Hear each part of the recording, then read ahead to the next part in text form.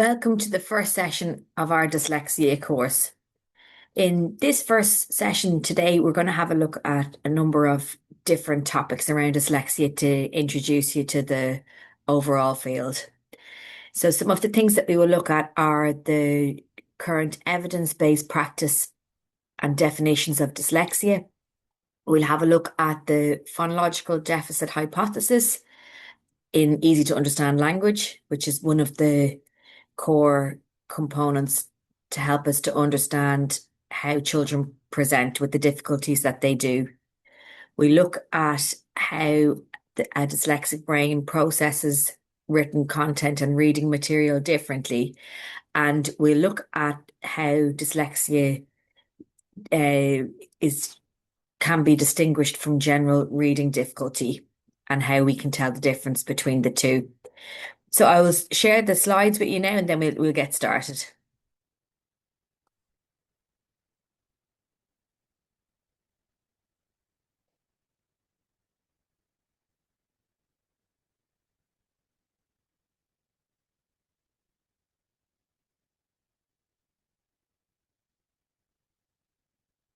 Okay, so some of the things that we will look at today are a couple of different activities to help us to understand what children can experience who have dyslexia. We'll look at some myths around the topic. We'll look at some definitions and the neuroscience that supports those definitions. We will have a look at the phonological deficit. We will then have a look at some case discussions. We also have some videos as we move through the content. To get started, I want you to have a try of this. So I want you to write your full name and today's date, but you have to use your non-dominant hand. So it's writing backwards.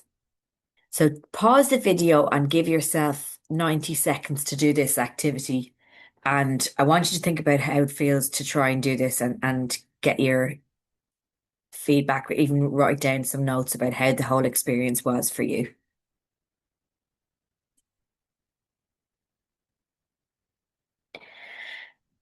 Okay, so how did that whole activity feel? And I want you to have a think about from a student's perspective that this is a fraction of what a child with dyslexia can experience each day when they're asked to read and write in the classroom. And we know that there is so much expectations around completing work, and particularly as the child progresses from one grade to the next, the expectations of what we expect from them in work activities jumps up significantly year to year.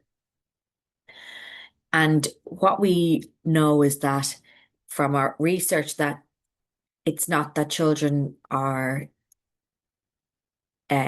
not trying to do things in the way we ask them to, but it's that their brain is processing this information differently. And when we get a better understanding of how their brain is working, it can help us to set things up in a way to make them more successful in the classroom environment.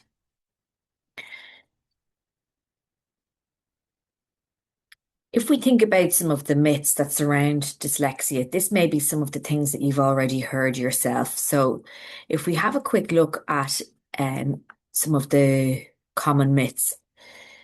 The first one, dyslexia means you see letters backwards. So when I'm going through these different misconceptions or myths, I want you to have a think about if this is something that you've heard or is it something that you think yourself.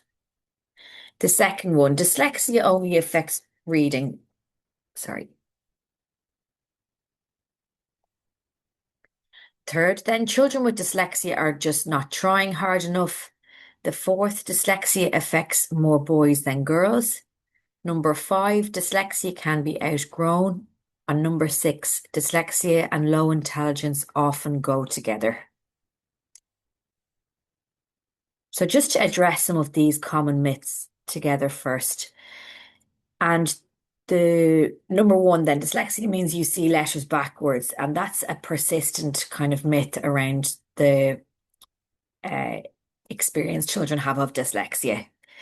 But what we know is that dyslexia is a phonological processing difficulty. It's a problem with how we link sounds and letters together when we're reading, and it's not related to visual perceptual difficulties. We see that letter reversals, for example, swapping B and D or P and Q, is a common enough um, experience for children under the age of 7. And up to that age, it's considered developmentally appropriate to make those type of mistakes. However, when we progress beyond that, it can be a red flag at times. But what we know is that when a child is writing for DAC instead of back, for example, it's not that they're seeing the letters in reverse, it's that they're struggling to map the letter to the corresponding sound. And sometimes in the classroom, if depending on the age they are, if we see this error persisting, it can signal to us that there may be a more significant problem there. However, it's not to do with vision, it's to do with the ability to map the sound to the letter. Sometimes children with dyslexia have difficulty sequencing sounds because of the phonological processing that our brain needs to do to be able to map letters to sounds, but do them in the correct order. And if that sequence of letter sound link up is not happening smoothly, we can see that the letters positions as the child reads it out can be a bit jumbled up as well. However, it's not to do with a visual issue. The second one then, dyslexia only affects reading. And our research shows us that dyslexia extends well beyond reading skills.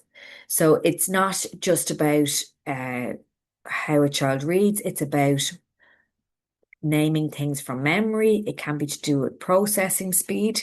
It can be to do with struggling to keep focus over a longer duration, because if the amount of effort that the child has to put into reading is greater than normal, by the time they maybe read a full sentence, they may not be able to recall the information needed from the start of the sentence in order to answer a question, for example. We can see that children, as I mentioned, may have difficulty with sequencing and organizational skills. In the class, this can look like a child who may struggle to follow multiple part instructions. They may lose their place in a sequencing task, or they may take longer to copy material from the board. And when we just look at the reading difficulty in isolation, we might miss these other important cognitive processes that we need to support for this child. There is also often difficulties linked with spelling and writing as well.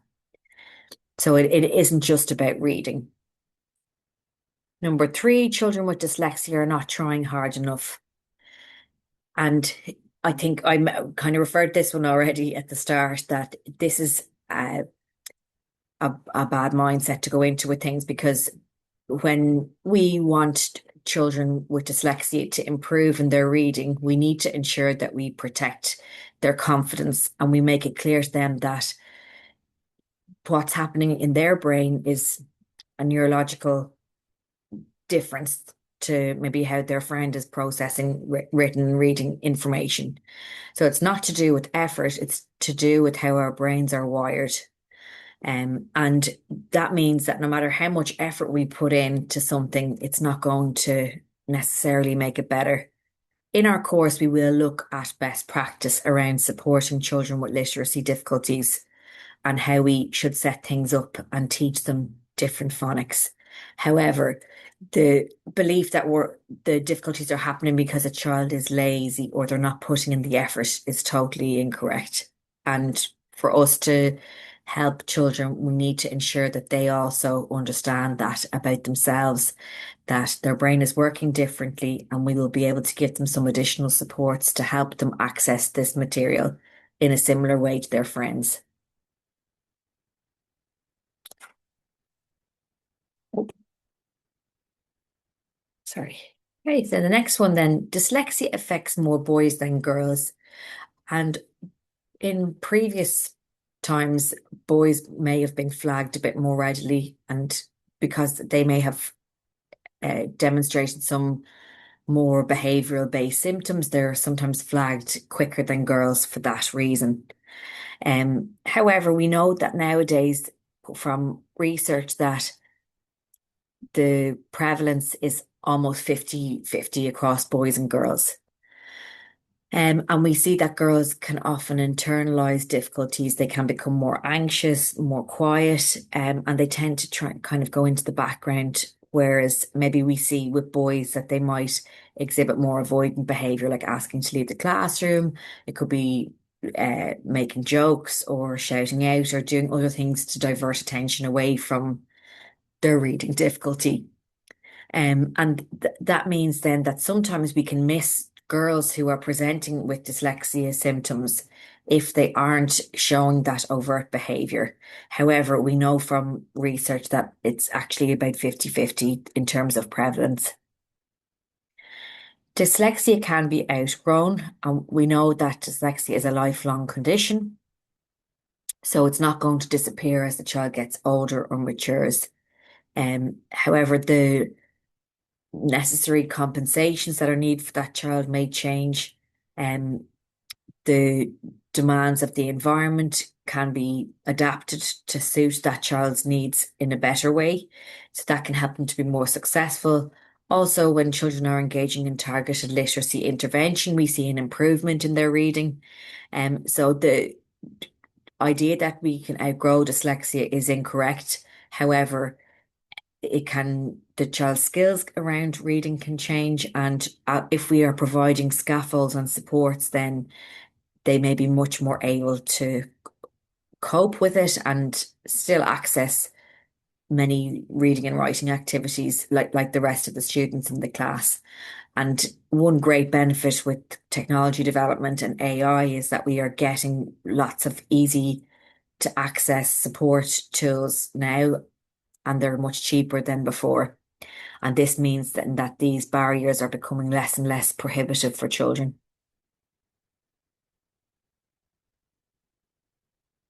Okay, dyslexia and low intelligence often go together.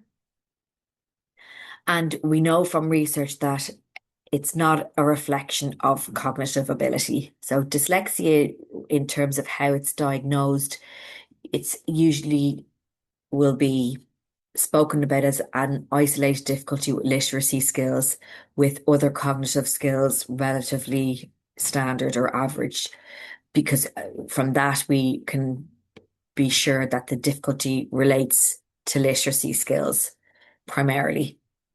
And that tells us that for a child to be diagnosed with dyslexia, often their cognitive skills will be the same as everyone else. So it's not linked to low intelligence. And I think for teachers and therapists and anyone and parents when we're working with children, when we see maybe writing that's a bit messy or things that are not done in a neat way, we have to make sure that we don't start jumping to conclusions that it's because of, that they're not trying, that they're not as smart or things like that, because the evidence shows us that's not true. When given appropriate supports, we know that these children can be extremely successful. And again, it's about trying to educate the child about what they are good at and what they're strong at, so we can help to safeguard their own confidence and mental health as well. If we look at some of the definitions of dyslexia, so I just picked three definitions that are like in the literature. So we have the International Dyslexia Association. So states that dyslexia is a specific learning disability that is neurological in origin, characterized by difficulties with accurate and fluent word recognition and by poor spelling and decoding abilities, typically resulting from a deficit in the phonological component of language. Before I keep going, I want you to have a think about what are the similarities and differences across these three definitions. The British Dyslexia Association states that dyslexia is a learning difference that primarily affects reading and writing skills, but also affects memory, processing speed, time management, coordination, and directionality. The Rose Report from 2009 states that dyslexia is a learning difficulty that primarily affects the skills involved in accurate and fluent word reading and spelling. Characteristic features include difficulties in phonological awareness, verbal memory, and verbal processing speed.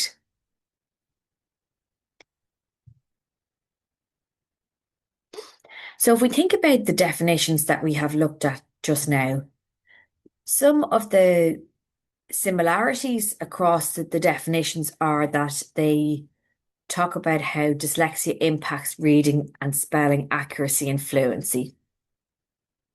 And we can see that phonological processing is a core component of the definition of dyslexia.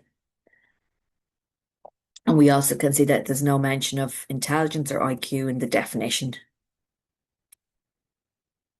And from this, it's positive because we can see that across these definitions that they're neurologically grounded. And that's recognizing that dyslexia is a difficulty with the sound letter mapping. It's not a generalized learning problem, and it's not reflective of a student's effort or ability. So of the differences then we see in the definitions are that the IDA definition, the International Dyslexia Association, specifically states that the difficulty is neurological in origin. And this makes the most useful basis for us to be able to diagnose the difficulty when we see it.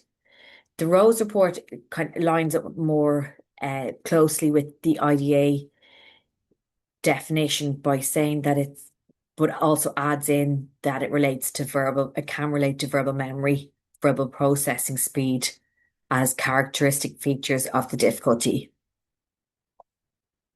So this broadens the profile it covers, but also keeps the phonological focus consistent across the two.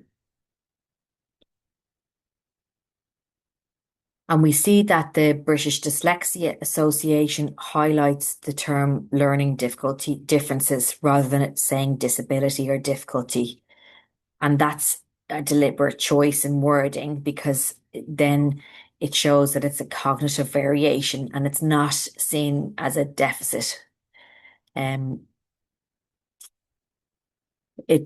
serves to also extend the definition because beyond literacy, naming memory, processing speed, time management, coordination, and directionality. So gives us lots of different things to think about.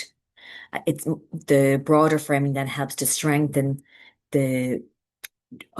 also the strengths-based philosophy around dyslexia, and I suppose helps to capture more of the lived experience of individuals who have dyslexia because we can see it's so broad reaching. It covers many aspects of a child's experience. And I think what we need to think about when we look at these different definitions is that we need to ensure that we cover all the most important aspects that the definitions cover. And I think if you are to take one definition over the other, it may make you more attuned to these things. For example, with the British Dyslexia Association diagnosis, because it covers so many different components, it means that we're more likely to look out for those difficulties and be aware that we need to support children in these areas as well. And this can provide us with a good framework for planning interventions for children. So again, what is positive is that all the definitions have highlighted the phonological difficulties or component to the dyslexia term. And that's something that we have to keep in mind when we're organising intervention. Okay, so if we think about so one final thing, sorry, so we said it was not about intelligence, and the final point there, it's not a choice. So we can see that the definitions don't allude to effort or yeah, effort being put in, that it's not to do with a child's a child being lazy or difficult, that the processing difference is neurological. Just to give you some more information then about some key research findings, and this might help to understand where we are at now because our up-to-date intervention practices are taken from these key research papers. The three reading pathways then by Shaywitz et al. Um, so the crux of this research is that skilled readers develop a fast automatic left side of their brain. So it's the os. I don't want to get this right and how I pronounce it. A fast occipitotemporal word form area in their brain, and sometimes it's referred to as the letterbox. So then we see that when children are learning to read, that this side becomes more automatic, and it means that they can read and recall words more readily. Whereas children with dyslexia may rely more heavily on their analytic pathways of their brain. And this makes things slower and more laborious for children because they're not having that automatic experience of reading, and that obviously that slows things down significantly. Shaywitz termed this reading from the back of the brain versus reading from the front. And just another note is that sometimes children with dyslexia develop a compensatory strategy where they start to use their right brain more frequently. And we've seen this from MRI studies that when they are engaged in reading activities, the right side of the brain is lighting up more than the left, and that they are each time they see the word, they're trying to sound it out and reconstruct the word each time rather than using the automatic left side of the brain. The neuroplasticity then findings from research showed that, sorry, one second, that intervention works at the neurological level. And again, they've used brain imaging studies to show this, that when children are working through literacy programs, for example, we see that the brain structure actually changes, and that this provides a lot of evidence to support the finding that dyslexia is a neurological processing issue, because we can see that when children are accessing intervention, there is a change in the functioning of the brain or the neuroplasticity of the brain. It also gives us a lot of support in terms of advocating for well-structured literacy programs, because then we are going to see the brain adapt to um, use other to rewire itself to be able to improve the core skills there of reading when a particular approach is used. And we will be looking at these approaches in more detail as the training progresses. In terms of the phonological deficit, we see that the research shows us that it relates to written symbol and phoneme mapping, so that the student is struggling to make that connection between these two things. And we see that children have difficulty holding, manipulating, and retrieving phonemes. And again, it comes down to the phonological processing level again. One of the main, or one way to identify if a child has dyslexia is to see how well they can manipulate sounds and words. For example, if we ask a child to say cat without the k sound, children with dyslexia often find that phoneme deletion or moving phonemes around to make different words very difficult. And they find that even when they can say the alphabet fluently, for example, the ability to manipulate sounds and their phonological awareness skills are often impacted. So it can be a quick way to screen if that child is struggling with that in particular. It may be necessary that they have a more formal dyslexia assessment. And it's good to think about how then, when we know that some of the main research, what it shows us about dyslexia, then how we have used this information to set up our programs. And when we can see that it's based on research, it's going to be more effective that way.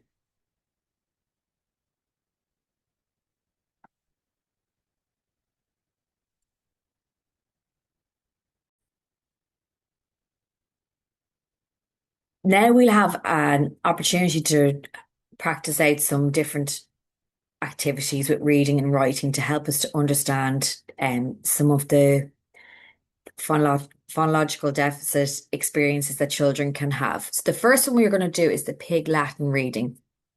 And what I want you to do in this activity is try to read this sentence aloud in Pig Latin.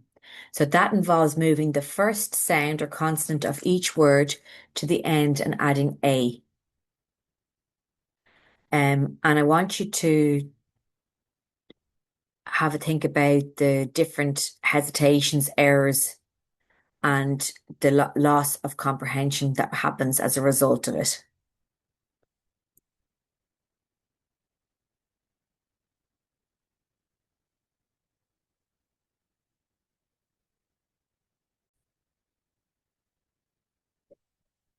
Once you've had a chance to have a look at that Pig Latin reading activity, then you can come back and get the solution at the end.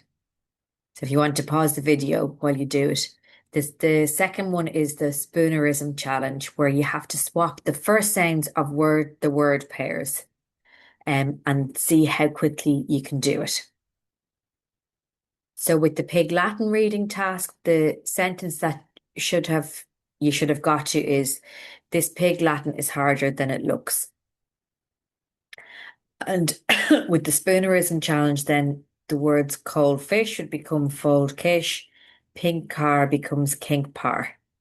And think about how quickly you could do it. It requires holding phonemes in working memory. And this is something that children with dyslexia can find very difficult. So these exercises are tapping directly into our phonological awareness. So this is our ability to isolate, manipulate, and rearrange sounds within words. And when we struggle with this, it shows us that it's sound level processing can be effortful, and it gives us a bit of insight into what it may be like for a child with dyslexia and what they can experience when they're trying to decode or blend sounds together, where the automatic nature of our phonological manipulation is breaking down under the speed and pressure of trying to do things quickly.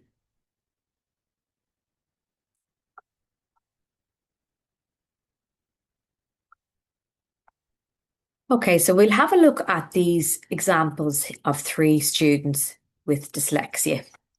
So read each of them and then we'll have a talk through each of these cases. And I want you to have a think about the questions mentioned below.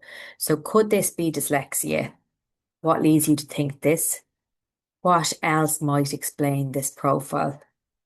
What further information would you want to gather?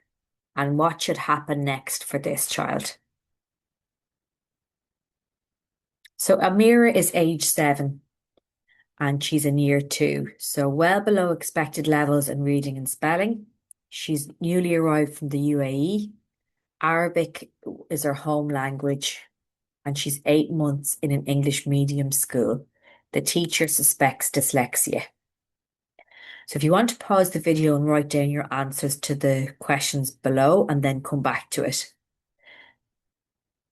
So if we think about could this be dyslexia for Amira, it's a bit early to make that conclusion given her history.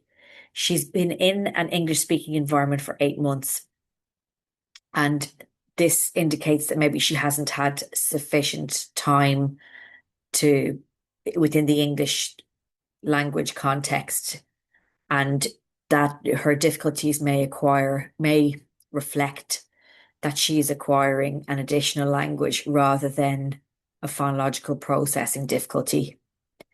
With case B, Oliver, who's 9, so he's year 4. He's a bright, articulate boy who reads slowly but accurately. He loves science. Parents are concerned he is in the bottom reading group and he hasn't been assessed.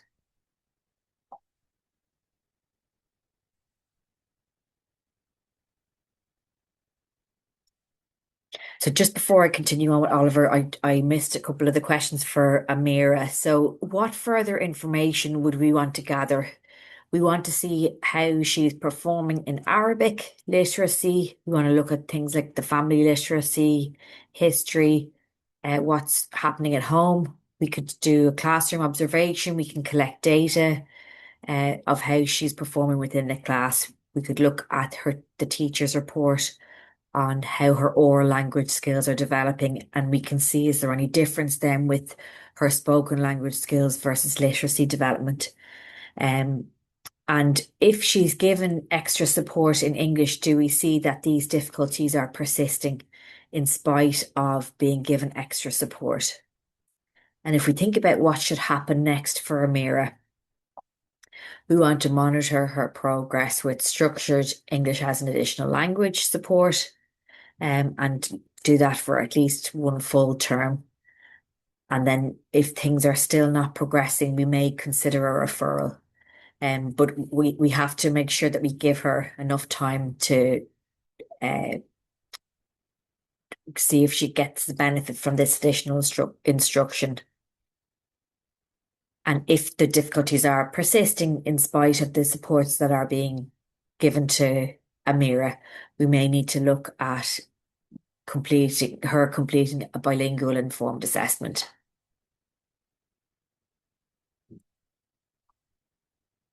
So with Oliver then, who's 9, with his profile, given how bright he is and his age and just some of the explanations about how he is reading, it's highly probable that he may present with dyslexia. We see slow but accurate reading, and there's a mismatch with his strong oral language skills and his vocabulary. And this discrepancy between having very good verbal language skills and a difficulty specific to reading speed makes us think that we may need to do some more formal assessment to see if we're